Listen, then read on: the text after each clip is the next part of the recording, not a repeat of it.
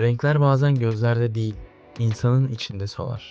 Efe bu şarkıda sevdiği kişiye bir seslenişte bulunuyor. Onun gidişiyle birlikte sadece birini değil, kendi içindeki dengeyi de kaybettiğini hissettiriyor. Dünya eskisi gibi dönmüyor, etraf yavaş yavaş kararıyor ve renkler anlamını yitiriyor. Belki de bu yüzden bütün şarkı boyunca tek bir isteği var. Kaybolduğu yerde sevdiği kişi tarafından yeniden bulunmak.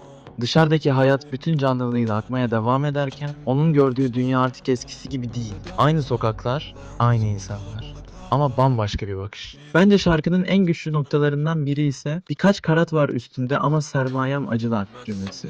Burada değerli eşyalarının olduğunu ama asıl zenginliğinin onu bugünlere getiren acıları olduğundan bahsediyor. Bazı yaralar kanatmaz. Sadece insanın dünyasını yavaş yavaş karartır. Onlardan kaçmış gibi yapabiliriz fakat gerçekten kaçamayız. Gittikçe hayatın renklerinden uzaklaşırız. Ve bazen söyleyebildiğimiz son şey sadece bir sesleniş olur.